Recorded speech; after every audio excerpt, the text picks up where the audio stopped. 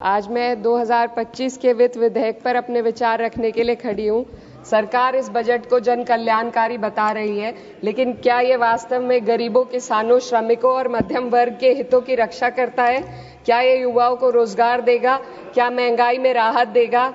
लगातार हम पढ़ते आ रहे हैं कि भारत की जीडीपी पिछले 10 वर्षों में दोगुनी हो गई है और हम जापान और जर्मनी को पीछे छोड़ते हुए 27 तक दुनिया की तीसरी सबसे बड़ी अर्थव्यवस्था बनने के ओर अग्रसर है।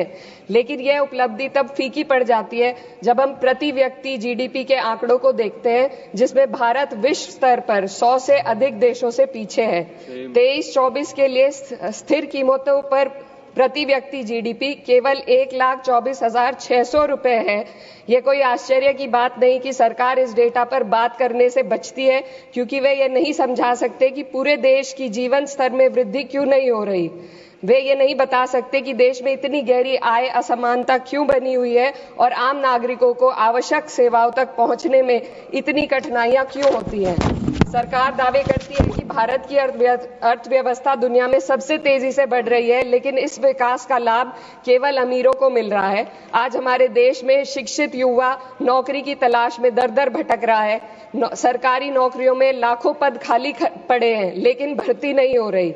निजी क्षेत्र में भी नौकरियों की संख्या घटती जा रही है। उधर देश की शीर्ष 1% अमीरों के पास 40% से अधिक संपत्ति है, जबकि करोड़ों लोग 2 वक्त की रोटी के लिए संघर्ष कर रहे हैं। यह आर्थिक असमानता लगातार बढ़ रही है क्योंकि सरकार की नीतियां बड़े उद्योगपतियों को फायदा पहुंचाने के लिए बनाई जा रही है, जबकि गरीबों और मध्यम वर्ग को महंगाई और टैक्स के बोझ तले दाबा जा रहा है।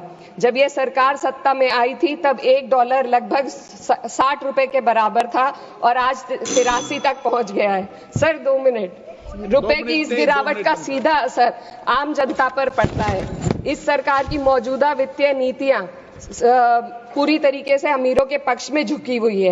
भारत एक समाजवादी देश है जहां सरकार का कर्तव्य है कि शिक्षा, स्वास्थ्य, यातायात जैसी बुनियादी सुविधाओं का लाभ अपने नागरिकों को पहुंचाए और उन्हें समान अवसर और सुरक्षा दे। भारत के सरकारी स्कूलों और अस्पताल की हालात लगातार बद से बदतर होते जा रहे हैं। सर, बस किसानों पर अपनी बात रखना चाहती हूँ। हमारा देश तब तक सशक्त नहीं हो सकता जब तक हमारे किसानों को उनका हक नहीं मिलता। 2023-24 में भारत की 46% श्रमिक आबादी कृषि क्षेत्र में कार्यरत थी, फिर भी इस क्षेत्र को नजरअंदाज किया जा रहा है। सरकार किसानों की आय दुगनी करने का वादा करती है, लेकिन असलियत यह है कि खेती की लागत बढ़ रही है, जबकि किसानों की आमदनी स्थिर बनी हुई है। ट्रैक्टर और हार्वेस्टिंग मशीनों पर 12% जीएसटी में। सर 1 मिनट, सर किसानों का मुद्दा है, बस 1 मिनट सर, खत्म कर ले। हार्वेस्टिंग मशीनों पर 12% जीएसटी से किसानों को परेशानी और बढ़ रही है। यदि सरकार इस बोझ को कम कर दे तो खेती में फायदा होगा। साथ ही साथ प्रधानमंत्री किसान सम्मान निधि के तहत जो मिलने वाली राशि है उसको बढ़ाकर 6,000 से 12,000 कर दे तो किसानों की आय में फायदा होगा।